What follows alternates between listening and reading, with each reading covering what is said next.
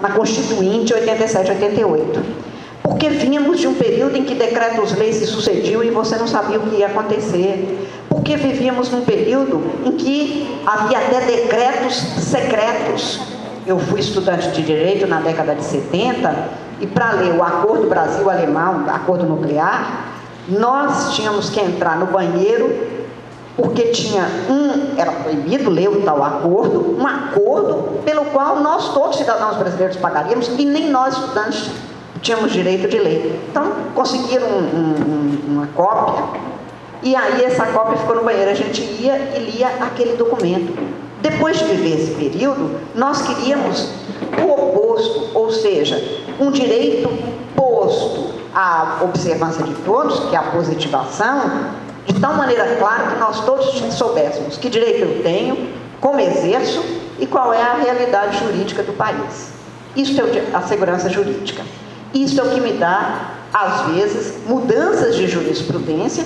Falávamos ainda há pouco no TRE sobre a questão da mudança de jurisprudência, mesmo na Justiça Eleitoral, e que nos leva, muitas vezes, a mudar a jurisprudência e dizer assim, vai ser aplicada essa nova orientação daqui para frente. Em respeito a quê? A quem acreditou no direito, a quem já firmou a sua vida, sabendo e acentuando que era aquilo que se tinha, que era aquilo que ia valer. E eu preciso de acreditar nisso, porque a democracia vive da confiança que os cidadãos têm nas instituições, principalmente no direito e no poder que garante a sua eficácia, que é o poder judiciário. Daí a importância da segurança jurídica, que, como eu disse num voto ontem no Supremo Tribunal Federal, não significa, e que eu não aceito, ainda que seja vencida em muitos casos, a teoria do fato consumado, porque contra o direito ninguém adquire direitos.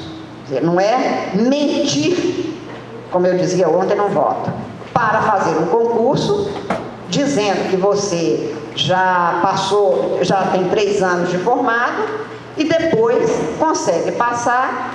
É mentira, o edital exige isso, você não cumpre, e, no entanto, consegue eliminar, o Poder Judiciário demora a julgar, aquele que acreditou no direito não fez o concurso para não mentir, e por causa daquele fato consumado lá da aprovação, se garante sob o palio da segurança jurídica. Isso não é segurança jurídica, isso é fato consumado que o direito não aceita, porque fato consumado contra o direito gera segurança injurídica, gera até segurança para quem se aproveitou.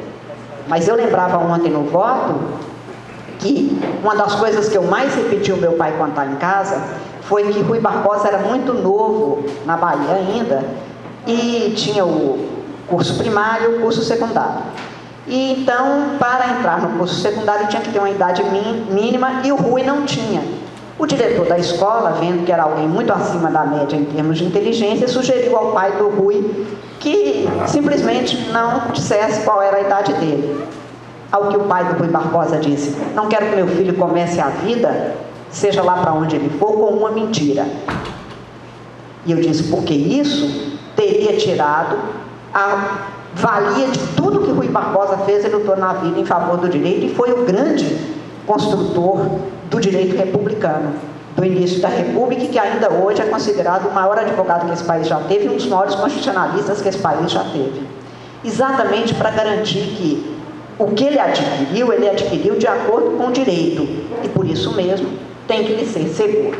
Então a ideia de segurança jurídica é essa, e é para isso. E o direito existe para que a gente tenha ordem, uma convivência, no viver com o outro, e de forma segura, para que nós tenhamos o conforto de saber como vivemos, segundo quais leis vivemos, em que condições vivemos. É bem certo que na grande mudança que o mundo viveu nas últimas décadas, eu colocaria a partir da Segunda Guerra Mundial, que é um período de revoluções permanentes, nós temos situações realmente que nos levam a pensar o que é a segurança jurídica. Alguém que esteja 10, 15 anos numa situação, por exemplo, que é muito comum no Supremo Tribunal, aposentado, 15 anos depois, a sua aposentadoria é fiscalizada, é controlada por um tribunal de contas que diz assim, mas tinha uma conta errada. Então, como quando fizeram a conta do seu tempo de serviço estava errada há 15 anos atrás, esta sua aposentadoria contraria a Constituição, você tem que voltar e cumprir o prazo. Nós dizemos assim, como? 15 anos depois, essa pessoa vai voltar?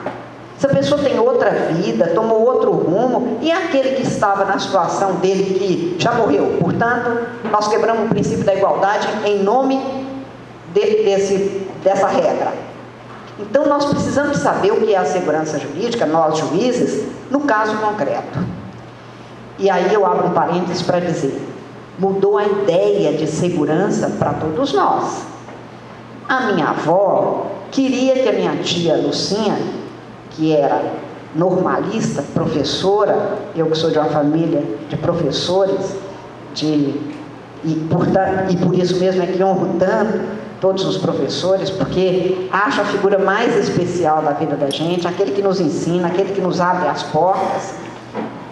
Queria que a minha tia se casasse com um funcionário do Banco do Brasil, porque aí a vida estava arrumada.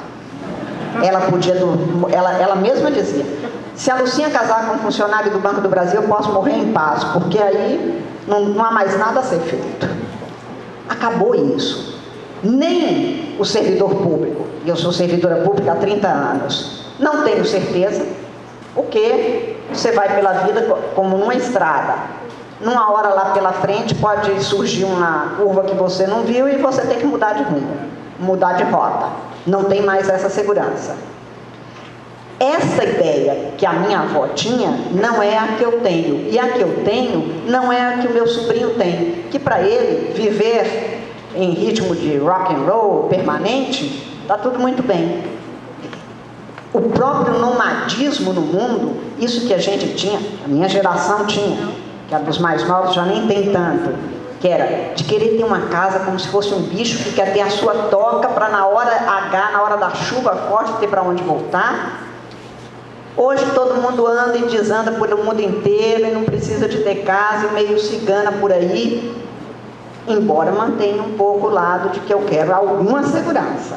Então, o que é a segurança também muda, mas o conceito de segurança do direito e de ter direitos e dos direitos que você tem, este é que o direito que compete ao judiciário, principalmente, assegurar.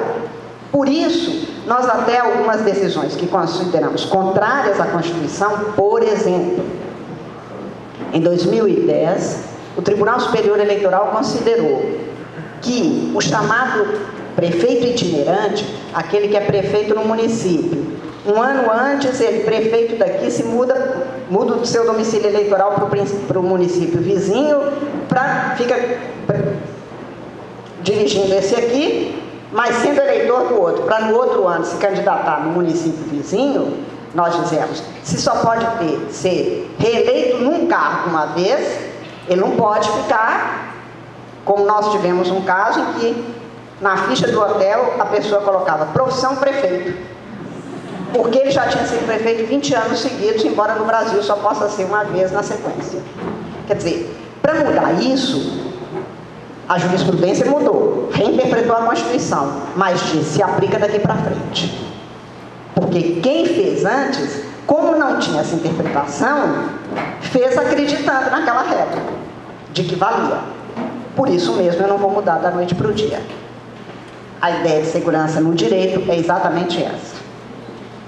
Mudou em grande parte esta ideia, quer dizer, deste conforto da segurança que se mantém, ao que significa a segurança jurídica. Um dos corolários, como eu disse, é exatamente o da coisa julgada, porque a Constituição é taxativa. Para dar essa segurança, que é própria do Estado de Direito, a Constituição estabelece no artigo 5º que a lei não poderá modificar ou extinguir o direito adquirido, o ato jurídico